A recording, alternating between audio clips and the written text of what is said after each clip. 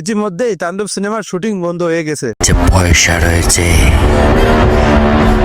ভিডিওটা দেখতে থাকুন। চ্যানেল নতুন হলে অবশ্যই চ্যানেলটি সাবস্ক্রাইব করে পাশে থাকবেন। শাকিব খানের তাণ্ডব সিনেমার শুটিং ইতিমধ্যেই 70% কাজ শেষ।